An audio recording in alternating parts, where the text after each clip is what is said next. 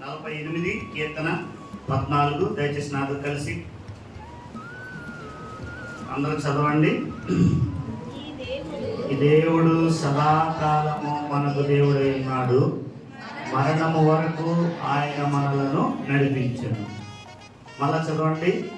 ఈ దేవుడు సదాకాలము మనకు దేవుడై ఉన్నాడు, మరణము వరకు ఆయన మనలను నడిపించు. చిన్న ప్రార్థన.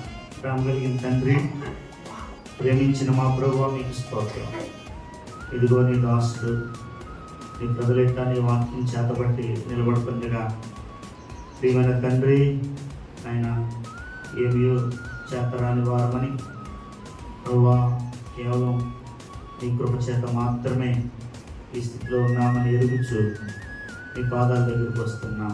ఇక్కడ నిలబడిన దాసుడు పెట్టేవాడు ప్రియమైన తండ్రి, మట్టి గడం అయితే మట్టి గడ్డంలో మహిమైశ్వర్యాన్ని నింపువాడు మీరు.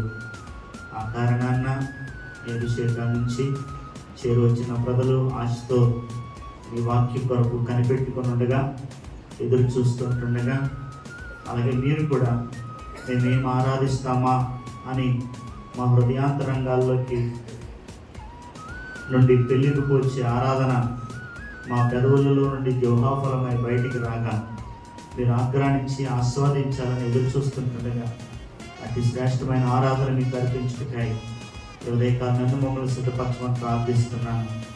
ఎన్నెన్నో మీ వల్ల పొందుతున్నాను. నేను మీరు గొప్పవాడు, మీరు మహాదేవుడు, మిమ్మల్ని స్తుతిస్తున్నాను. నేను ఈ వాక్య లేఖనాలు ప్రియమైన తండ్రి మరి చక్కగా వివరించడానికి కావాల్సిన కృపను దయచేయండి. నీ బిడ్డలు విని గ్రహించినట్లుగా సహాయం చేయండి. ఆరాధించుటకై హృదయాంతరంగాలను మీరు తట్టండి. పరిశుద్ధాత్మ దేవాలు మీకు మాత్రమే సాధ్యం, సహాయపడము. ఆయన మరి అంతరంగాల్లో నుండి పెళ్ళికి వచ్చే ఆరాధన మా పెదవుల్లో నుండి బయటకు వచ్చి జపాఫలమై నీకు అర్పించబడి కొరకు అదే కాలం కృపను కోరుతున్నాం. కావాల్సిన ప్రజలు అనేక మంది ఉన్నారు, వారి పెట్టము సిద్ధపరచము. అలాగే క్రింద మందిరావరణాల్లో కూర్చున్న వారిని కూడా, వృద్ధులు, పైకి రాలేని వారు, వ్యాధిగ్రస్తులు ఉంటే వారిని కనికరించము. కానీ ఎవరైనా కాళ్ళు చేతులు బాగుండి ఆరోగ్యం బాగుండి నాయన బద్దకించిన వారైతే వారిని దర్శించము. నీ మాటకు లోబడి విధేయులు మేలు పొందులు సహాయం చేయము. నీ సన్నిధిని అనిపించుటకు పైకి వచ్చుటకు వారికి సిద్ధపరచము. నీ దాసుని మరొకసారి కటాక్షించమని క్రీస్తు యేసు నామములో ప్రార్థించి అడిగి పెట్టుకున్నాం తండ్రి, ఆమేన్. ఈ దేవుడు సదాకాలము మనకు సదాకాలం ఉండే దేవుడని మనము ఆయన గురించి ధ్యానం చేసుకుంటూ వింటూ వచ్చాం. సదాకాలం ఉండే దేవుడు. అలాగే మరి అలాగైతే సదాకాలము ఆయన మనల్ని కూడా ఆయనతో పాటు కాగా మనం సదాకాలము ప్రభువుతో కూడా ఉందుము అని కూడా మనము మొదటి భాగంలో అంటే ముందు మాటల్లో మనం వింటూ వచ్చాం. దీన్ని 3 భాగాలుగా మనము ధ్యానించాము. మొదటిది ఆయన సదాకాలము ఉండు దేవుడు. ఆరాధన అంటేనే ఆయన ఏమై ఉన్నాడో దాన్ని ఎరిగి మనము పొగిడేది, స్తుతించేది ఆరాధన. మనము చెప్పేది ఆరాధన. మన హృదయ అంతరంగాల్లో ఉండే భావన ఆరాధన అన్నమాట. కనుక రెండో భాగాన్ని, రెండో లైన్ని మనం ఇలా చూసాం. ఈయన మరణం వరకు మనలను నడిపిస్తాడంట. మరి మరణం తర్వాత ఏంటి అని అంటే, మరణం వరకు ఆయన మనతో ఉంటాడు. తర్వాత మరణానంతరం మనం ఆయనతో ఉంటాం. ఇది దేవుని యొక్క స్పష్టమైన ఏర్పాటుగా లేఖనాల్లో నుండి మనము చూస్తూ వచ్చాం. ఆ కారణంగా మొదట మనము ఆయన ఏమై ఉన్నాడో సదాకాలము వాటిని మనం ధ్యానించిన వారమై ఉన్నాము. మొదటిది నడిపించేవాడు. మరణం వరకు ఈ దేవుడు ఇక్కడ ఉంది కదా, ఏమని ఆయన మనలను నడిపిస్తున్నాడు. ఎక్కడెక్కడ నడిపిస్తున్నాడో మనం అవన్నీ కూడా మరణం వరకు మనల్ని నడిపించే విధానం మనం చూసాం. రెండవది, ఈ భూమి మీద మనల్ని ఆయన ఆదరిస్తూ ఉన్న విధానం మనము వాక్యంలో నుండి జ్ఞాపకం చేసుకున్నాం. మన వారం కాకుండా అంతకుముందు వారము ఆయన పోషించే దేవుడు కదా, మనల్ని ఆయన పోషించే దేవుడు. మరి భూమి మీద మానవుడికి పోషణ కూడా అత్యంత ఆవశ్యకమని మనం లేఖనాల్లో నుండి చూస్తుంటే, భౌతిక దేహాన్ని కాపాడుకోవడానికి పోషణ అంతే అవసరం. అందుకే కదా చదువుకోవడం అని, ఉద్యోగాల కొరకని తాపత్రయపడేది. ఎందుకు చెప్పండి? ఏదో పని చేసుకోవడం కొరకని, కేవలం అంతే కదా అంటాం కదా. కోటి విద్యలు, కోటి కొరకు, పోషణ కొరకు. అందుకనే మన పితరులు ప్రభుని ఆరాధించారు. ఏమని ఆరాధించారంటే ఆయన వారిని పోషించిన విధానాన్ని బట్టి ఆరాధించారు. అది మనము గత వారం లేఖనాల్లో నుండి చూస్తాం కదా. మనం కూడా ఏం చేస్తున్నాడు ఆయన, ఏ పూట మనకు ఆయన ఆహారము పెడతానే ఉన్నాడు. మనం అనుకోవచ్చు మన డబ్బాలో బియ్యం ఉన్నాయి కదా కదా, మనకి ఏదో డబ్బులు వస్తున్నాయి కదా అనుకోవచ్చు. ఇది సరే. అయితే ప్రభు ఒక ఉదాహరణ చెప్పాడు. ఏమన్నాడు? ఆకాశ పక్షులను చూడుడి అన్నాడు. అవి విత్తవు, కోయవు, వడకవు, కొట్లలో అవి కూర్చుకోవంట. కానీ ప్రభు ఏం చెప్పాడు? నీ పరలోకపు తండ్రి వాటిని పోషిస్తున్నాడు. కనుక వాటిని మాత్రమే కాదు, ఇవన్నీ అంటే వాటిని చూస్తున్నప్పుడు ఈ పోషణాధారం ఎవరు అనేది మనకు అర్థమవుతుంది. ఎవరు? అహాబు కాలంలో 3.5 సంవత్సరాలు భూమి మీద వర్షం లేదు. వర్షం లేనప్పుడు ఏమైపోయినాయి? ఉదకదారులన్నీ అంటే నీటి ఓట్లన్నీ ఎండిపోయినప్పుడు ఆహారం ఎక్కడి నుంచి వస్తుంది? ఒకవేళ ప్రియులారా మనకు అన్నీ ఉన్నాయని అనుకోవచ్చేమో, కానీ పోషణ ఇచ్చేవాడు దేవుడే. తగిన కాలమందు వర్షం ఇచ్చి, పంటలు ఇచ్చి, వ్యవసాయాన్ని ఇచ్చి, భూమిని దున్నడానికి, సేద్యం చేయడానికి అవకాశం ఇచ్చి, కృపనిచ్చి, మన చేతి వరకు, మన నోటి వరకు, మన కడుపులోకి ఆహారం వెళ్ళే వరకు దేవుడు ఎంత అద్భుతకరుడో మనము దాన్ని ధ్యానిస్తే అర్థమవుతుంది. పైపైన చెప్పుకుంటే ఏమి అర్థం కాదు. అందుకే ఈ విషయం తెలుసు ఎవరికి? యాకోబుకి. అందుకనే ఏమన్నాడు? మనం ఆ మాటకి వెళ్దాం. ఇవాళ 4వ మాటకు వస్తాము. అందుకు ఆదికాండం 48వ అధ్యాయం 15-16 చదువుకుందామా?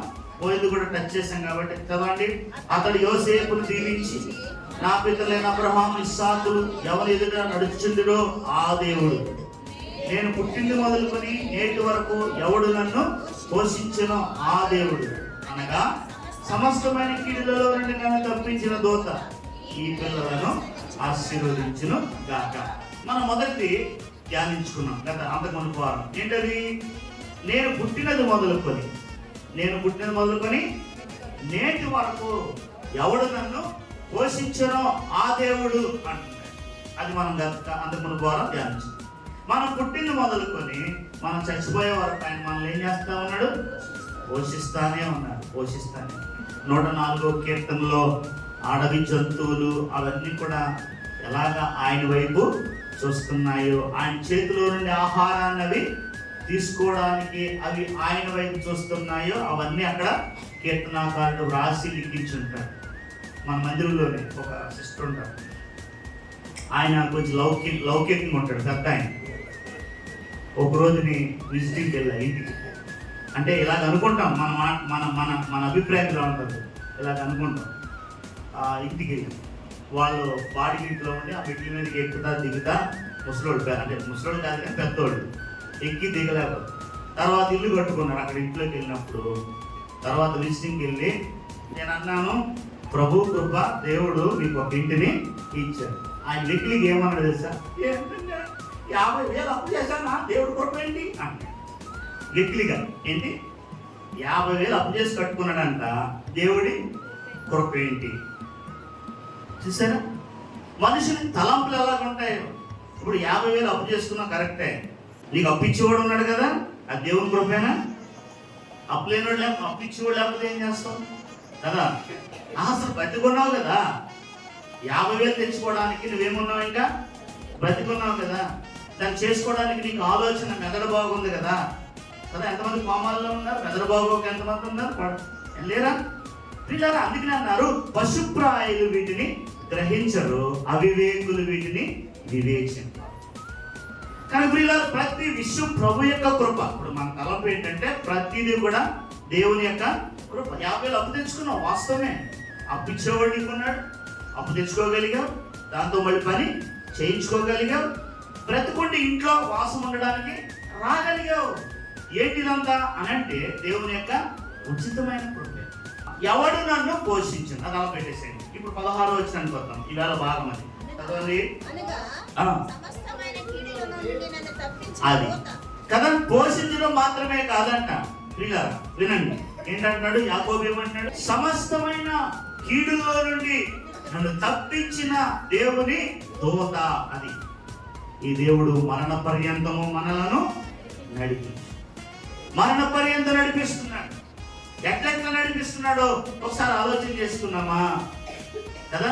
ఇంతవరకు బ్రతికుండి జీవితంలో ఉన్నామనంటే ఎన్ని కీడులు, ఎన్ని ఆపదలు ఈ మానవ జీవితంలో మనకి ఈ జీవిత కాలంలో తటస్థించుంటాయి కాదా? నేను ఇలా చెప్తాను. ఇప్పుడు మీకు తెలుసు ఏంటంటే, కొన్ని మనకు తెలిసి జరుగుతాయి, కొన్ని కీడులు అబ్బా ఇచ్చుకున్నావురా అనుకుంటాం. కొన్ని నీకు తెలవకుండా దేవుడు అదృశ్యమైన హస్తంతో నిన్ను తప్పిస్తూ ఉండలేదా? నేను నాకే ఉదాహరణ చెప్పాను. 2 సర్పాలు నా కళ్ళ దగ్గర, ఒక తేలు ఇక్కడికి వచ్చిన తర్వాత, పరిచయకు వచ్చిన తర్వాత ఎంత సమీపంగా వచ్చాయో కీడే కదా. అలాగైతే ప్రియులారా, అదొకటే కాదు, మరణాపాయాలే కాదు, ఎన్నో నష్టాలు. దేవుడు అనేకమైన ఆర్థిక, భౌతిక, సాంఘిక, సామాజిక ఎన్ని నష్టాల నుండో ప్రభు మనకు తెలియకుండా మనల్ని తప్పిస్తా ఉన్నాడు. ఆయన తప్పించేవాడు, ఆయన కాపాడేవాడు. అందుకని అన్నాడు కీర్తనకారుడు ఆయన స్తుతిస్తూ, ఆయన కునుకడు, ఇశ్రాయేలును కాపాడువాడు, కునుకడు, నిద్రపోడు అన్నాడు. కనుక దేవుడు ఇప్పుడు చాలా కాలం అయిపోయిన తర్వాత ఈ వ్యక్తి జ్ఞాపకం చేసుకుంటా ఉన్నాడు. ఎవరి వ్యక్తి? అమ్మా, యాకోబు. ఈ మాటలు ఎవరు చెప్తున్నారు అంటే యాకోబు చెప్తున్నాడు. చాలా కాలం అయిపోయిన తర్వాత, అంతకు మునుపు తనకు గ్రహించలేదు. వీళ్ళ ఒక రోజు 28వ అధ్యాయం ఆదికాండంలో తన సహోదరుడు తరుతున్నప్పుడు, మీకు కొంతమందికి తెలిసి బాగా, తన సహోదరుడు తరుతున్నప్పుడు కట్టుబట్టలతో ఏం చేశాడు? పారిపోయాడు. చూసారా? బెయేర్షెబా నుండి ఎక్కడికి వెళ్ళిపోతున్నాడంట? హారాను వైపు పారిపోతున్నాడు. ఎవరు? యాకోబు. పారిపోతుంటే ఒక చోట చేరేటప్పటికి ప్రొద్దుగుంగిపోయింది. అది భీకరమైన అరణ్యం, భయంకరమైన పరిస్థితుల మధ్య ఉండిపోయాడు. అటు వెనక్కి వెళ్ళలేడు, ఇటు ముందుకు వెళ్ళడానికి కుదరదు. ఏం చేయాలో అర్థం కాక ఆ చోటి రాళ్లలో ఒకటి తీసుకొని ఏం చేశాడంట? తలగడగా పెట్టుకున్నాడు. ఆ చోటి రాళ్లలో ఒకటి తలదిండిగా పెట్టుకున్నాడు. ఆ రాత్రి అక్కడ పడుకున్నాడు. నేనైతే ధ్యానం చేసేటప్పుడు ఎన్నోసార్లు అనుకుంటాను, ఆ రాత్రి పడుకునేటప్పుడు యాకోబు ఇలాగ అనుకుంటాడు, తెల్లారేదాకా బతుకుంటానా? వింటున్నారా? తెల్లారేదాకా నేను బ్రతుకుంటానా అని అనుకుని ఉంటాడు యాకోబు. చాలాసార్లు మనము కూడా ఇలాగ అనుకుంటాం. ఏమని? ఎప్పుడు తెల్లారుతుందా? నీ జీవితంలో ఉన్నాయి అలాంటి రోజులు? ఖచ్చితంగా ఉంటాయి. ఎప్పుడు తెల్లవారుతుందా? తెల్లవారని ఎప్పుడు అనుకుంటాం? ఎప్పుడు పొద్దుపోద్దా? కారణం ఏంటంటే, మన దినాలు అంత భారంగా మనకి గడిచే దినాలు ఆయా వ్యక్తుల జీవితాల్లో కనబడతా ఉంటాయి. కనుక నేను తెల్లవారే వరకు ఉంటాను అనుకున్నాడు, కానీ తెల్లవారే వరకు ఉన్నాడు. వినండి, తెల్లవారే వరకు ఉన్నాడు. ఇప్పుడు ఈ మాట మాట్లాడే వరకు కూడా యాకోబు ఉన్నాడు. ఎందుకున్నాడు? ఒకే ఒక్క కారణం ఏంటది? సమస్తమైన కీడులలో నుండి నన్ను తప్పించిన దేవునితో అని. ఒకవేళ తప్పించకపోతే ఎలా తప్పించాడో తెలుసా కదా? 32వ అధ్యాయం ద్వితీయోపదేశకాండం 10వ వచనం, అరణ్య ప్రదేశములోను భీకర ధ్వని గల పాడైన ఎడారులు. ఎక్కడ అయిపోయాడు చెప్పడమ్మా? ఇప్పుడు చెప్పండి, ఎక్కడ అయిపోయాడు? అరణ్య ప్రదేశంలో భీకర ధ్వని కలిగిన పాడైపోయిన ఎడారిలో నిలిచిపోవాల్సి వచ్చింది. తప్పనిసరి పరిస్థితి. అయితే అక్కడ దేవుడు ఏం చేశాడు? వాళ్ళని కనుగొన్నాడు. ఫస్ట్ పాయింట్ ఏంటంట? కనుగొన్నాడంట. రెండవది ఆవరించాడంట. మూడవది పరామర్శించాడంట. నాలుగవది కనుపాపలాగా అతన్ని ఏం చేశాడంట? కాపాడాడంట. రాత్రంతా కాపాడుకుంటా కూర్చున్నాడు. చూసారు? 4 విషయాలు దేవుడు అతని విషయంలో. 4 అంతల భద్రత. దీన్ని ఏమనొచ్చు? 4 అంతల భద్రత. తనకు రాగల కీడు నుండి. అంతేకాదు, ఇప్పుడు అరణ్యంలో ఉన్నాడు, భీకర ధ్వని కలిగిన పాడైపోయిన ఎడారిలో ఉన్నాడు. అక్కడ ఏముంటాయి? క్రూర మృగాలు, క్రూర సర్పాలు, విష సర్పాలు, క్రూర పక్షులు కదా. రాత్రి నేను పడుకున్నాక 12 అవుతుందేమో, ఒంటరిగా ఉన్నాను కదా. చిన్నపిల్లలు ఏడ్చినట్టు ఏడుస్తాయి పిల్లులు కదా. పిల్లులు ఎట్లుంటాయి? భీకరం ఉంటాయి, భయం అయిపోతుంది. రాత్రి వాక్యం అది చూస్తూ పడుకున్నాక ఆ అరుపులు ఈ మధ్య ఎప్పుడు లేవు. మరి ఎక్కడి నుంచి వచ్చిన పిల్లులు ఉంటే మన ఏరియాలో ఉండవు కదా. కానీ ఎక్కడి నుంచి వచ్చిందో మరి పిల్లి బయట అరుస్తా ఉంది. పిల్లి అరిచినప్పుడు ఉంటారా మీరు? దడెక్కిపోదా చాలా మందికి? విన్నారు ఎప్పుడైనా? అసలు ఎంత భయంకరంగా అరుస్తుంది. భీకరతో పులి గాండ్రించినప్పుడు అర్థమైందా? సింహము గాండ్రించినప్పుడు లేదంటే ఏం చేస్తుందో మరి అది, లేదంటే ఒక విషసర్పము బొసగొట్టినప్పుడు, లేదంటే ఒక క్రూర పక్షి అరిచినప్పుడు గుండెలు జారిపోతాయి. మనకి అది దగ్గరికి వచ్చి మన మీద పడక్కర్లా, ఆ శబ్దం విన్నప్పుడు జారిపోతాయి. అందుకని అంటాడు భీకర ధ్వని గల పాడైపోయిన ఎడారి అంటది. అక్కడ ఏం చేశాడు దేవుడు? వాడిని కనుగొన్నాడు. మనమైతే కనీసం పడుకున్నప్పుడు ఆచారము అలవాటు ప్రార్థన అన్నా చేసుకుంటాం. దేవా తెల్లారి వరకునైనా నన్ను కాపాడని చేసుకుంటాం. యాకోబు ప్రార్థన చేసుకున్నట్టు కూడా అక్కడ ఏమీ లేదు. ప్రార్థన చేసుకున్నట్టు కూడా లేదు. ఆయనే వీరిని కనుగొన్నాడంట. విన్నారా? ఆయనే ఇతను కనుగొన్నాడంట. కనుగొన్నాడు, రెండోది ఆవరించాడు. అంటే చుట్టూ ఆయనే ఉన్నాడు. ఒక దైవజనుడు ఇలా చెప్పాడు. ఏమంటే శామ్యూల్ రాజు వచ్చాడు కదా మొన్న అక్క చనిపోయిన తర్వాత, ఒక అన్న వచ్చేలా చాలా శామ్యూల్ రాజు గారు ఆయన చెప్పాడు ఇప్పుడు చాలా కాలం. దేవుడు అంట యాకోబు చుట్టూ ఆవరించేశాడు. ఎక్కడో నరవాసం తగులుతుందని సింహం వచ్చిందంట, ఎక్కడో నరవాసం తగులుతుందని పులి వచ్చిందంట, కానీ నరుడు కనబట్టలేదంట అక్కడ. విన్నారా? అర్థమైంది? ఆవరింపు అంటే అర్థమైందా మీకు? ఎవరు కనబట్టలేదు? నరుడు కనబట్టలేదు. నరవాసన అయితే తగులుతుంది కానీ నరుడు కనబట్టలేదు. కారణం ఏంటి చెప్పండి, ఇప్పుడు చెప్పండి.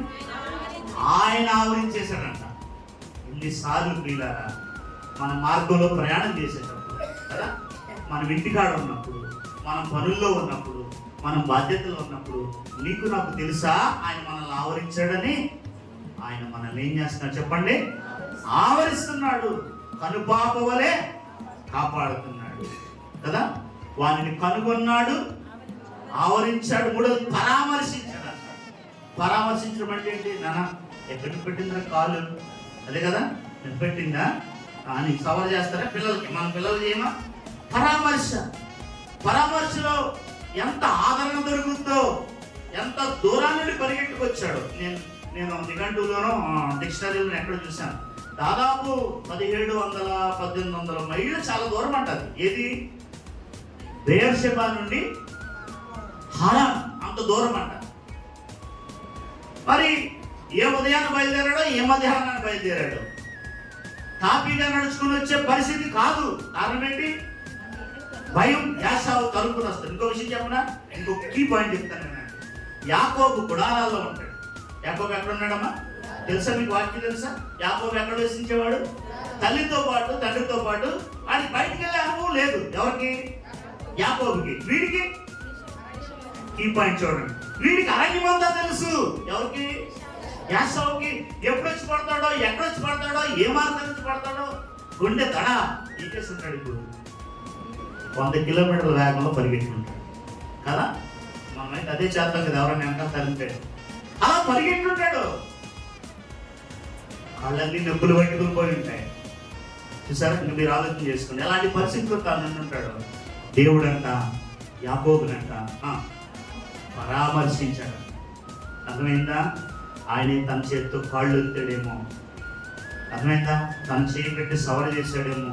నొప్పుకున్న ప్రదేశాల్లో. నాకు ఆశ్చర్యమే. ఏదో మీరు ప్రార్థన చేయమంటారు, ప్రభువా కనికరించయ్యా, నడువు నొప్పి అంట అని ప్రార్థన చేస్తా. ఎంతో మంది అన్న ప్రార్థన చేసే తగ్గిపోయింది అంటారు. ఇదేం ఆశ్చర్యంగా, ఇదేం గొప్ప దేవుడురా అనుకుంటాను నేను కూడా. నిజమే. ఇప్పుడు తగ్గపోతే నువ్వు తగ్గిందని ఎందుకు చెప్తావు? చెప్పు కదా, అన్న అలాగే ఉందంటాం కదా. ఇలా దేవుడు ఎంత గొప్ప కలిగిన వాడు. ఒక్క మాట ప్రార్థన చేసుకుంటే మన ప్రార్థన విని మన అవస్థల్లో, మన రోగాల్లో ఆయన మనల్ని ఎంతగా ఉపశమనం ఇస్తున్నాడో ఎప్పుడైనా ఆలోచన చేశామా? ఎంత మంచి దేవుడు. అందుకనే ఈ దేవుడు సదాకాలము మనకు దేవుడు అయి ఉన్నాడు. ఈయన మరణ పర్యంతము మనల్ని ఏం చేస్తాడు? నడిపిస్తా ఉన్నాడు. అందులో భాగమే, ఆయన నడిపించుటలో భాగమే ఆయన ఆవరించుట, పరామర్శించుట, కాపాడుట కదా. కనుక ప్రియులారా యాకోబును ఆ రాత్రి అంతలా పరామర్శించాడు. అలాగైతే ఇప్పుడు యాకోబు గురించి చెప్పుకున్నాం. నీ విషయం ఆలోచన చేసుకో. అర్థమైందా? 15 సంవత్సరాల, 20 సంవత్సరాల, 30, 40, 60, 70, ఎంత కాలం, ఇంత వయసు దేవుడు నిన్ను ఎలా కాపాడుకుంటూ వచ్చాడు. ఎక్కడెక్కడో సంచరిస్తాం కదా, మన అందరూ ఒకచోటే ఉంటున్నామా? ఆయా పనుల మీద, ఆయా స్థలాల్లో మనం సంచరించేటప్పుడు ప్రభు మనల్ని ఎలా నాకు చాలా ఆశ్చర్యం అవుతుంది. మన జిల్లాలోని పేపర్లో వార్తలు విన్నప్పుడు, నేను 2 బైకులు గుద్దుకొని ఆడు చచ్చిపోయాడు అంటారు. అదేంటో మరి, కారు గుద్దితే చచ్చిపోవడం అంటే ఇది ఎక్కడో పడిపోయాడు, ఏ తలకో ఏమైపోయింది అనమాట, తగిలేసింది అనమాట. చాలా చాలా ఉంటాయి మన పేపర్లో. నాకు ఆశ్చర్యం అవుతుంది. వాడు ఏమనుకుంటాడు, ఏ కారులోనైతే పెద్ద యాక్సిడెంట్ అవ్వచ్చేమో అనుకుంటాం, బైక్లో అంత అలాగ అవుతుందని మనం అనుకుంటామా? ఎవడైనా బైక్లో బయలుదేరాడు అనుకుంటాడా? అనుకోడు. కానీ ఏమైంది? మరణము వచ్చింది. ఇలా మనం అనుకో, మనకు తెలియదు. అని ప్రభు ప్రతి విధమైన కీడుల్లో నుండి ఏం చేస్తున్నాడు? అదే జ్ఞాపకం చేసుకుంటున్నాడు. ఈ ఉదయకాలం మనం అదే జ్ఞాపకం చేసుకోవాలి. మీరు ఇలాగ ఆరాధన చేశారు కానీ కనుపాపలు యాకోబును కాపాడేవనైనా నీకు వందనాలని చెప్పకం. ఆయన చెప్పేసుకున్నాడు ఆ రోజు. ఏ రోజు కాపాడింది కదా, అప్పుడు చెప్పలేదు. దొంగోడు, కృతజ్ఞుడు ఎప్పుడు చెప్పాడు తెలుసా? 32 అధ్యాయంలో చెప్పాడు. 28 అధ్యాయంలో చెప్పలా. ఎప్పుడు చెప్పాడు? 32 అధ్యాయంలోకి వచ్చాడు. మళ్ళీ తిరిగి యాశావును ఎదుర్కోవాల్సి వచ్చిన సమయంలో అప్పుడు చెప్తున్నాడు. ఏమనంటే, దేవా ఈ చేతికర్రతో మాత్రమే నేను ఈ యోర్దాను దాటాను. ఇప్పుడు నేను ఎంతమంది అయ్యాను? విస్తారం అయిపోయిన 2 గుంపులు అయిపోయాను అనని, దేవా నీవు నాకు చేసిన సమస్త ఉపకారములకు నేను అపాత్రుడును అన్నాడు. ఏమన్నాడమ్మా? నేను అపాత్రుడయ్యా, అపాత్రుడికి నువ్వు ఉపకారాలు చేశావు. అప్పుడు స్తుతించాడు. ఎరిగినాక, గ్రహించాక, అవగాహన వచ్చినాక. అందుకే పిల్లరా, మనం కూడా ఆరాధన ఎలా చేయాలి? అవగాహనతో, గ్రహింపుతో, ఎరుకతో మనం ప్రభువుని ఆరాధించాలి. అంతేగాని ప్రసంగంలో వచ్చిన 4 మాటలు చెప్పడం ఆరాధన కాదు. అందుకే ఆరాధన వర్తమానం ఇచ్చేటప్పుడు దేవుడు నన్ను ఈ కాలమంతా ఎలా కాపాడు, ఇవన్నీ ఉదాహరణలు మాత్రమే. ఏవి? యాకోబుది ఉదాహరణ మాత్రమే. అంటే ఉదాహరణ మాత్రమే కూడా కాదు, అలా కాపాడేవాడని ఒక మాదిరిగా దేవుడిని మనం కనుగొంటున్నాం, చూస్తున్నాం. యాకోబును అలా కాపాడితే ఈ కాలం అంతట్లో నన్ను ఆయన ఎలాగా కాపాడాడు. ఎన్ని కీడు నుంచి నన్ను తప్పిస్తే ఈ దినం వరకు నేను ఇలాగ సజీవుడిగా ఇక్కడ ఉండి ప్రభు సన్నిధిలో నేను ఆయన్ని స్తుతించగలుగుతున్నాను. అదనమాట. అది జ్ఞాపకం, అది కృతజ్ఞత, అది ఆరాధన. 1 రాజుల గ్రంథం 1వ అధ్యాయం 28-29. దావీదు బెత్షెబాను రాజు సన్నిధికి వచ్చి రాజు ఎదుట నిలవబడెను. ప్రమాణపూర్వకంగా చెప్పిందేమనగా, ఆ మాట గమనించండి. ఏమన్నాడు? సకలమైన ఉపద్రవములలో నుండి నన్ను విడిపించిన యెహోవా అంటున్నాడు దావీదు. ఏమంటాడు? ఎవరండి? దేవుణ్ణి దావీదు ఎలా గుర్తించగలిగాడు? సమస్తమైన సకలమైన ఉపద్రవములలో నుండి నన్ను విడిపించిన యెహోవా. ప్రియులారా, లేదంటే దావీదు ఇక్కడ వరకు వచ్చిండేవాడా కదా? తన యవన కాలం నుంచి సౌలు చేత బహుగా బాధింపబడి తరమబడుచు అడవుల్లో, కొండల్లో, గుట్టల్లో, లోయల్లో, గుహల్లో బతికిన ఈ దావీదు ఇప్పుడు దాన్ని జ్ఞాపకం చేసుకున్నాడు. దేన్ని? ఎక్కడెక్కడ తిరిగాను, ఏ అరణ్యాల్లో ఉన్నాను, ఏ అడవిల్లో ఉన్నాను, ఏ గుహల్లో ఉన్నాను. నేను బొర్రా గుహలు కానీ వెళ్ళాను. బొర్రా గుహలు తెలుసా మీకు? తెలీదా? వైజాగ్లో అరకులోయలో ఉంటాయి.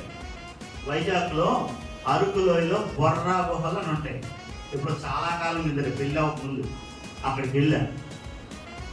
ఆ గుహల లోపలికి వెళ్తా ఉంటే ఎంత భయంకరంగా ఉంటారో. అంటే ఆ లోపల ఏముంటారు అంటే మనుషుల సంచారం ఉంది కాబట్టి మనం వెళ్ళొచ్చు. వింటున్నారా?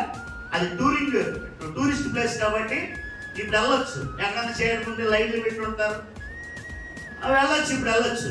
కానీ ఇక్కడ టూరిస్ట్ ప్లేస్ వెళ్తూ ఉంటారు అందరూ.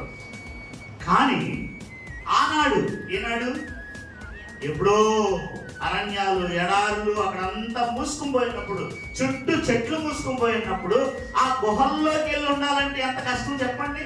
ఎప్పుడైనా ఆలోచన చేసామా మనం? దావీదు గుహలో ఉన్నాడు అనుకున్నామే తప్ప ఆ గుహలో ఎలాంటి పరిస్థితులు ఉన్నాయో అసలు లోపల ఏముండదో తెలియదు. ఒక వెలుతురు ఉండదు, ఒక లైట్ ఏముండదు, లైట్లు లేవు కదా, వెలుతురు ఉండదు, భయంకరమైన చీకటి. ఇంకో విషయం చెప్పిన, ఆ గుహల్లో ఏమంటారు అంటే ఎలా ఏంటి అవి ఉంటాయి, భయంకరమైన గొప్ప ఇప్పటికీ ఉంటాయి, ఇప్పటికీ అలాగే ఉంటాయి. అక్కడ భయంకరమైన గొప్ప అవి అలా ఎలాడుతూ ఉంటాయి. ఒకటి కాదు, రెండు కాదు, కొన్ని వేలాది అవి వేలాడుతూ ఉంటాయి గుహల్లో. ఇలా దావీదు ఎక్కడ బతికాడా? సౌలు తరిమినంత కాలం. మీకు అర్థం చేసుకుంటారని చెప్తున్నా. ఎలాంటి పరిస్థితుల్లో తాను దాక్కున్నాడో గుహల్లో, ఎలాంటి పరిస్థితుల్లో అడవుల్లో తిరిగాడో. దేవా, నేను ఇక్కడ ఉండనా, నేను ఎక్కడికైనా వెళ్ళిపోనా అంటే యోధారణ్యంలో బాగుంటాడు ఆయన. ఇది పట్టణంలో పోమంటే పోతాం కదా, మంచి బిల్డింగ్ ఉంటుంది, అక్కడ అపార్ట్మెంట్ ఉంది, అందులో పోమంటే పోతాం. అరణ్యంలో పోమంటే అక్కడ పోయాడు. వింటున్నారా? దేవుడు నడిపించిన చోటల్లో నడుచుకుంటూ పోయాడు. అది అరణ్యమే కావచ్చు, అది అడివే కావచ్చు, అది ఎడారే కావచ్చు, అది గుహలే కావచ్చు. అలా బ్రతికాడు దావీదు. ఇప్పుడు జ్ఞాపకం చేసుకుంటున్నాడు. నేను ఎందుకు వచ్చిన చదివించానంటే, దావీదు ఏమంటాడు? సకలమైన ఉపద్రవములలో నుండి నన్ను తప్పించిన యెహోవా. పిల్లరా, ఉపద్రవాల్లో నుండి తప్పించిన దేవుడు మనల్ని కూడా ఇలా చెప్తారు కదా, కొన్ని కనిపించి ఎరిగి, కొన్ని మనము ఎరగకుండా దేవుడు మనల్ని తప్పిస్తూ వచ్చాడు. కాబట్టి ఈ దినాన్న సజీవులమై ఉంటే ఇక్కడ మనం చేయవచ్చు. ఎన్ని ఉపద్రవాలు మీద రాలేదు. రోగాలు ఉపద్రవం కదా, ప్రాణాపాయకరమైన రోగాలు మనలో కొంతమందికి రాలేదా, లేవా? ఎన్ని ఉపద్రవాల నుండి ప్రభుని తప్పిస్తొచ్చాడు. ఎన్నిసార్లు వ్యాధులు, రోగాలు మీద. కరోనా ఏంటి మనందరూ బతికుండడానికి? చెప్పండి. రోగం అక్కర్లా, గడగడలాడిపోయింది ప్రపంచ మానవాళి. దేనికి? ఎప్పటికీ బతుకుతాం. ఈవేళ బతుకున్నాం, రేపు బ్రతుకుతామో లేదో ఆరోగ్యంగా ఉన్నోడు కూడా తెలియదు. అర్థమైందా? చెప్పాను కదా, నా మట్టుకు నేనేదో కాగితం తీసుకొని రాయడానికి పట్టుకున్నాను ఒక రాత్రి. బ్రతుకుతామో లేదో మనకి ఏంటని చెప్పండి. ఉపద్రవాలు చెప్పండి. సకలమైన ఉపద్రవములలో నుండి నన్ను విడిపించిన యెహోవా. ప్రియ సహోదరి, ఎన్నెన్ని సార్లు ఏ ఉపద్రవాలు, ఏ అపాయాలు, ఏ ప్రమాదాలు. యోనా 2:2 చదవండి. నేను ఉపద్రవములో ఉండి. చూసారా ఏం చేశాడంట బ్రదర్స్? ఏం చేశాడంట? ఉపద్రవములో ఉన్నప్పుడు ఏం చేశాడు? ఒకే ఒక్క ఆశ్రయం. ఎవరికి? యోనాకి ఒకే ఒక్క. మనకైనా ఎవరికైనా అదే. ఎవరికి మొరపెడతాం? చూసారా? ఉపద్రవములో ఉండి యెహోవాకు నేను మనవి చేయగా ఆయన నాకేం చేశాడు? ప్రత్యుత్తరం ఇచ్చాడు. ఎన్ని పర్యాయాలు నీ ఆపదల్లో, కీడుల్లో, శ్రమల్లో, ఉపద్రవాల్లో. అలా వినాలని ఏముందండి కదా? వినాలని ఏముందండి? ఆయన వినకపోతే ఎవడు నువ్వు వినలేదని అనడానికి ఎవడు తగ్గుతుడు? కానీ ఈ దీనుడు మొరపెట్టగా, చెప్పండి, తెలీదా? యెహోవా ఆలకించెను, అతని కలిగిన శ్రమలన్నిటిలో నుండి అతనిని 34 ఈ దీనుడు మొరపెట్టినప్పుడు అంట. దీనుడు మొర ఎవడంటాడు? ఈ రాజకీయవేత్తలు, ఈ నాయకులు, ఈ ఎమ్మెల్యేలు వచ్చి ఉత్తినే దండం పెడతారు తప్ప, మన నిజంగా అవసరత పడినప్పుడు మనం ఏదన్నా అర్జీ పెట్టుకుంటే చూస్తాడు అసలు ఎవడన్నా తెచ్చుకునే. కానీ ఈ దీనుడు మొరపెట్టగా యెహోవా ఏం చేశాడంట? ఆలకించాడు. అతని కలిగిన శ్రమలన్నిటిలో నుండి అతన్ని విడిపించాడు. యెహోవా యందు భయభక్తులు గల వారి చుట్టూ ఆయన దూత కావలి ఉండి వారిని రక్షించును అని చెప్పుకున్నాడు. తర్వాత సింహపు పిల్లలు లేమి గలవై ఆకలి కొను, యెహోవాను ఆశ్రయించు వారికి ఏ మేలు పొదువై అయి ఉంటుందని చెప్పుకుంటా వచ్చాడు. అలా పలు రీతిలుగా దావీదు కీర్తించుకోవడానికి కారణం ఏంటంటే పలు రీతులైన ఉపద్రవాల నుంచి దేవుడు అతను ఏం చేశాడో తెలుసా? తప్పిస్తూ వచ్చాడు. అందుకని దావీదు జ్ఞాపకం చేస్తాడు. ఇక్కడ యోనా అంటున్నాడు, నేను అసలు యోనా మొర దేవుడు వినాల్సిన పని చెప్పండి. మీకు తెలుసు కదా యోనా కథ అంతా. యోనా మనవి దేవుడు వినాల్సిన పని లేదు. ఏం కారణం అంటే, ఏం కారణం చెప్పండి? దేవుని మాటను తిరస్కరించి, వింటున్నారా? దేవుని మాటను తిరస్కరించి దేవుడు నినివేకి వెళ్ళమంటే ఎక్కడ దారి పెట్టాడు? తర్షీషుకు పోతున్నాడు. నినివేకి వెళ్ళమంటే తర్షీషుకు పోతున్నాడు. ఇలాంటి వాడు మనవి దేవుడు వింటాడా? కానీ విన్నాడు. వింటున్నారా? యోనా అంటున్నాడు, నేను ఉపద్రవములో నుండి నేను మొరపెట్టినప్పుడు ఆయన నాకు ప్రత్యుత్తరం ఇచ్చిన. పాతాళ గర్భములో నుండి నేను కేకలు వేయగా నీవు నా ప్రార్థన అంగీకరించున్నావు. చూసారా? పాతాళ గర్భములో నుండి మొరపెట్టినప్పుడు ఆయన మనవిని అంగీకరించాడంట. ఈ అధ్యాయం అంతా మనం అదే చూస్తున్నాం. మళ్ళా బయటికి తెచ్చాడు. వింటున్నారా? యోనాని మళ్ళా ఆ పాతాళ గర్భములో నుండి, ఆ అగాధ కోపములో నుండి, ఆ భయంకరమైన ఉపద్రవములో నుండి యోనాను మళ్ళా బయటికి తీసుకొచ్చాడు. మనకు కూడా ఎన్నో అనుభవాలు అలాంటివి కనపడతాయి. వెతికితే, మనసు పెడితే, గ్రహిస్తే. కనుక ఉదయకాలం ప్రభు యొక్క కృపలను తలపోస్తున్నాం. వింటున్నారా? ప్రభు యొక్క కృపలను తలపోస్తున్నాం. ఆనాడు యాకోబు అంటున్నాడు ఏమని? మన పాఠం ఏంటి? 48 సమస్తమైన కీడులలో నుండి నన్ను తప్పించిన యెహోవాతో. దావీదు అంటున్నాడు ఏమని? సకలమైన ఉపద్రవాలలో నుండి నన్ను తప్పించిన యెహోవా. యోనా అంటున్నాడు, ఉపద్రవములో ఉండి నేను మొరపెడితే నీవు నా మరణాలకు ఇస్తురా. చెప్పండి, మంచిడా కాదా? 33వ అధ్యాయం ఇర్మియా గ్రంథం. యెహోవా ఎందుకనంటే మాట వినని వాడికి, అవిధేయుడికి అంటున్నాడు. వాక్యలో చోట ఏమని? యెషయా గ్రంథం, లోబడనొల్లని ప్రజల వైపంట దినమంతా కూడా చేతులు చాపుతానే ఉన్నాడంట. మనం కూడా అలా చాపలేదు కదా. మన పిల్లలు ఉంటారు, కాసేపు కనిపెడతాం, ఇంకొంచెంసేపు కనిపెడతాం, ఇంకొంచెంసేపు కనిపెడతాం. అటు రావట్లేదు, ఆ బురదలో అలాగే ఉన్నాడు అనుకో, ఇల్లు 2 పీకుతాం, పేకమా అలాగే చాపుకొని కూర్చుంటామా? కానీ దేవుడు ఎంత ఓర్పు, ఎంత సహనం, ఎంత దీర్ఘశాంతం ఆయనకి. లోబడనల్లని మన వైపు నిన్నల్లా కూడా ఆయన చేతులు చాపే దేవుడు, దీర్ఘశాంతుడు, కృపాతిశయము గల. అందుకే కీర్తించారు భక్తులు ప్రభుని. అయ్యా నువ్వు దీర్ఘశాంతుడు అయ్యా, నువ్వు కృపా సమృద్ధి గల దేవుడు అయ్యా. నా పాపాలని నువ్వు ఎంచక నీ వీపు వెనుక పారవేశావు. తూర్పుకి పడమరికి అవి ఎంత దూరమో, నా పాపాలకి నా అతిక్రమాలకి అంత దూరం పరిచావు అంటూ ప్రభుని వాళ్ళు దేవుని దాసులు భక్తులు స్తుతించారు. యాకోబు అయితే అయ్యా నువ్వు చేసిన ఉపకారాలకి నేను ఈ మాత్రం కూడా పాత్రుని కాదు. ఇదిగో ఈ చేతి కర్రతో యోర్దాను దాటాను, ఇప్పుడు 2 గుంపులు అయ్యాను అని ఇదిగో నా సహోదరుడు నా మీదకు మళ్ళా వస్తున్నాడు అంటే వెంటనే జవాబు ఇచ్చాడా? ఇటీవల ఎక్కడ విన్నాం, ఏదో ఎవరు చెప్పారు, మరి నేను చెప్తున్నాను. వెంటనే జవాబు ఇచ్చాడా? ఇచ్చాడు. అదిగో ఆ పరిగెట్టుకొని 400 మంది సైన్యంతో వచ్చే ఆ యాషావు దగ్గరికి రాగానే అవన్నీ అలా పడేసి వాడి చేతులు ఏముంటాయంటే కదా, విలుకాడు, వేటగాడు. ఎవరు? యాషావు.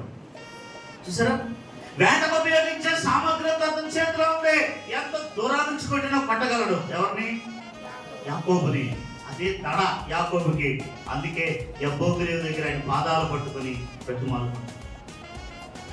యబ్బోగ్రీవు దగ్గర 32 అధ్యాయాలు పాదాలు పట్టుకుంటున్నాడు. అయ్యా నన్ను కనికరించయ్యా, అదిగో వాడు వస్తున్నాడంట. భయాందోళనలతో నిండిపోయిన యాకోబుకి గొప్ప సమాధానం దేవుడు ఇచ్చేసాడు. వాడు అవన్నీ అక్కడ పడేసి పరిగెత్తుకుని వచ్చి యాకోబు యొక్క మెడ మీద పడి కౌగులించుకొని, నా తమ్ముడా ఎంతకాలాన్ని చూశాను రా నిన్ను అంటే ఎలా ఉంటుంది యాకోబు హృదయం?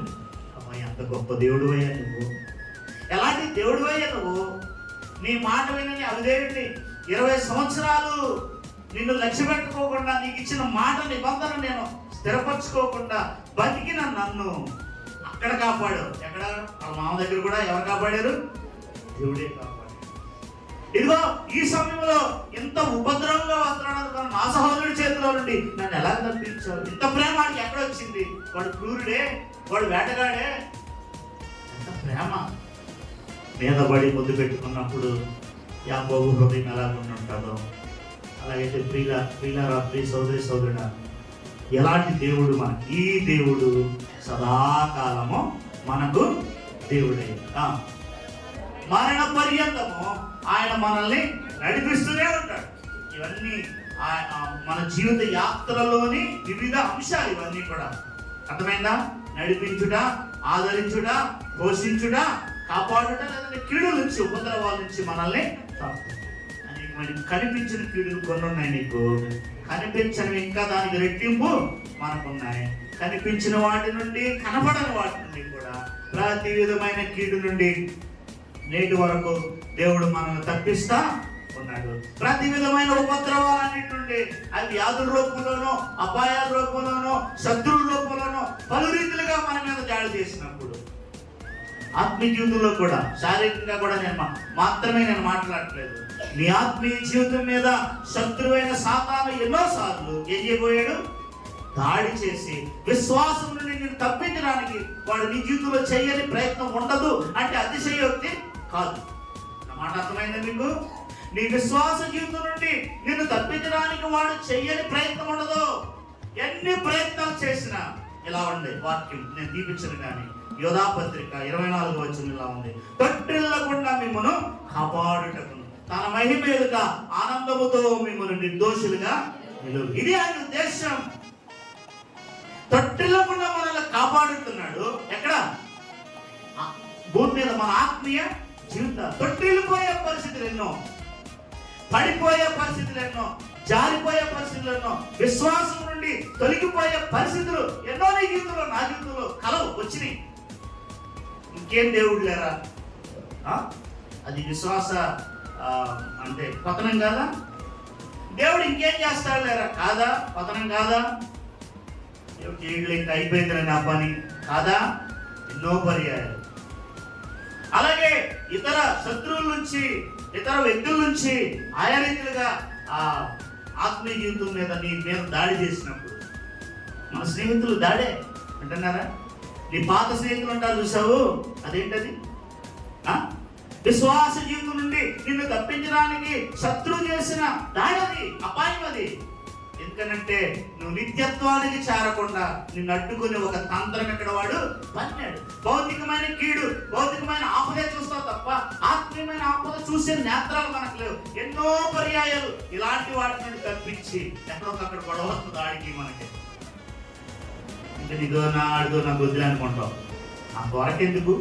ముందే నువ్వు వేరే వాళ్ళ కదా, మన పాఠం అదే కదా, వేరు పడుట కదా. ముందే చెప్పలేదు, మిమ్మల్ని అడగట్లేదు. బలవర్తమానం చెప్పండి. కనుక ప్రియులారా, బలవర్తమానం కాదు, బైబిల్ స్టడీ. కనుక ఎన్ని పర్యాయాలు ప్రభు మనల్ని ఆత్మీయమైన ఉపద్రవాలు మన మీదకి వచ్చినప్పుడు తప్పిస్తలేదా? ఈనాటికి ఇంకా నువ్వు ఆత్మీయ జీవితంలో ఆ మాత్రం నిలబడ్డావంటే, ఆ మాత్రం ప్రభువును హత్తుకున్నావంటే, ఈ మాత్రం మందిరానికి వస్తున్నావంటే, ఈ మాత్రం ఆరాధించగలుగుతున్నావంటే చెప్పు, దేవుని ఉచితమైన తొట్టిల్లకుండా నీ ఆత్మీయ జీవితాన్ని కూడా చెప్పాలి ఆయనే కాపాడుకుంటూ వచ్చాడు. ఎందుకంట తొట్టెల్లకుండా మిమ్మల్ని కాపాడుటకును, రెండోది తన మహిమ ఎదుట ఆనందముతో మిమ్మల్ని నిర్దోషిగా నిలవబెట్టాలి. అదే ఉద్దేశం. అందుకే నీ మీదకి వచ్చే పలు రకాల ఆత్మీయ సాధారణ అన్నాడు ఆయన మనకు నేర్పించిన ప్రార్థనలో, ప్రభు నేర్పించిన ప్రార్థన మొన్న ఇప్పుడు ఈ వారంలో టచ్ చేసాం దాన్ని. రాత్రి ప్రార్థనలో మాదిరి పలకమని కాదు కానీ అనుసరించమని. అందులో ఒక మాట ఉంది, ఏమని? మమ్మల్ని శోధనలోకి తేక దుష్టుని నుండి తప్పించుము. ఆ ప్రార్థన చేసుకోమన్నాడు. మమ్మను శోధనలోకి తేవద్దు, దుష్టు నుండి తప్పించుము. ఎందుకంటే ఉపద్రవాలు కలిగేసేవాడు వాడు ఆత్మీయ జీవితానికి. మనం కేవలం భౌతికమైన వాడిని చూసుకుంటాం. ఆ పాము కరగబోయింది, ఈ తేలు కొట్టబోయింది, లేదంటే రోగం వచ్చి పడింది అంటే అది కాదు. ఏదో ఒక రోజు సావాలి కదా. పాము కరవబోయినా, తేలు కొట్టకపోయినా, ఏ రోగం రాకపోయినా ఏదో ఒక రోజు ఏమవ్వాలా? సావాలా వద్దా? వెళ్ళాలి ఇక్కడి నుంచి. దీన్నే పట్టుకుని ఎలాడుతూ ఉంటాం. ఇది మాత్రం కాదు, నిత్యత్వానికి సంబంధించిన అపాయాలు ఎన్నో నీ జీవితంలో సంభవించినప్పుడు నీ ఆత్మీయ జీవితాన్ని పడగొట్టడానికి శత్రువు నీ మీద దాడి చేసిన పరిస్థితుల్లో దేవుడు ఎన్ని పర్యాయాల్లో నీకు అవకాశం ఇచ్చాడు. కొన్నిసార్లు వినియోగించుకుంటావు, కొన్నిసార్లు వినియోగించుకోకపోయి ఉంటావు. అయినా ఆయనే చర్య తీసుకుని నీ చేతిని ఆయనే పట్టుకున్నాడు అనేది జ్ఞాపకం చేసుకుని ఉదయకాలం ప్రభువుని స్తుతించి, ప్రభువా ఈ మాత్రం ఇంకా నీలో నిలబడ్డానంటే కారణం నేను కాదే. అంతేనా? మా శక్తియు మా పాఠము, మా శక్తియు భక్తియు కాదు ఇలాలో జీవించుట ప్రభు. మన శక్తి మన భక్తి కాదు మనం అనుకుంటాం, కానీ మన శక్తి మన భక్తి కాదు. తొట్టిల్లకుండా మనల్ని ఆయన ఏం చేస్తా ఉన్నాడు? మన ఆత్మీయ జీవితాన్ని కాపాడుతాడు. ప్రార్థనలో తొలగిపోయేటప్పుడు, వాక్యంలో తప్పిపోయేటప్పుడు, సహవాసాలు రాకుండా దూరం అయిపోయేటప్పుడు, చూసారా, చెడు స్నేహాలకి మనము పట్టినప్పుడు, దురలవాట్లకి మనం బానిసలమైపోయి మనం తిరిగిపోయినప్పుడు ప్రభు పరురీతిగా నీ ఆత్మీయ జీవితాన్ని కాపాడటానికి ఆయన శ్రద్ధ వహిస్తున్నాడు అనే విషయాన్ని జ్ఞాపకం. పాత నిబంధన శరీర సంబంధమైంది, అంటే శరీరానికి సంబంధించింది. కొత్త నిబంధన ఆత్మకు సంబంధించింది. అలాగే మనం కొత్త నిబంధన విశ్వాసం. అర్థమైందా? మనం ఎవరు?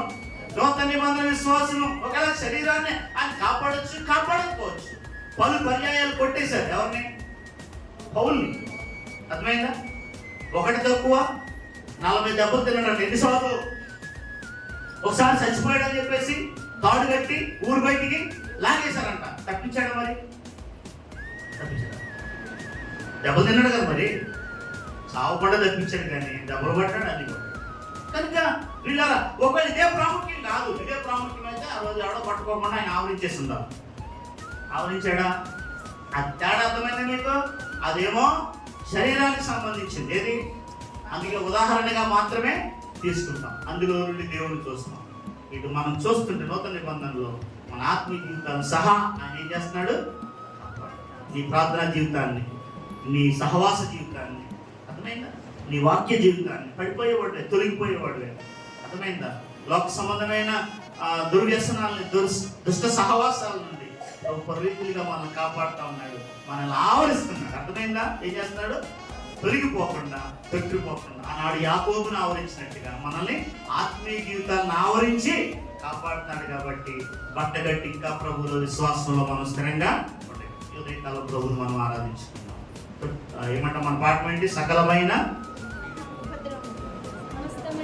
సమస్తమైన కీడుల్లో నుండి నన్ను తప్పించిన యెహోవా దూత.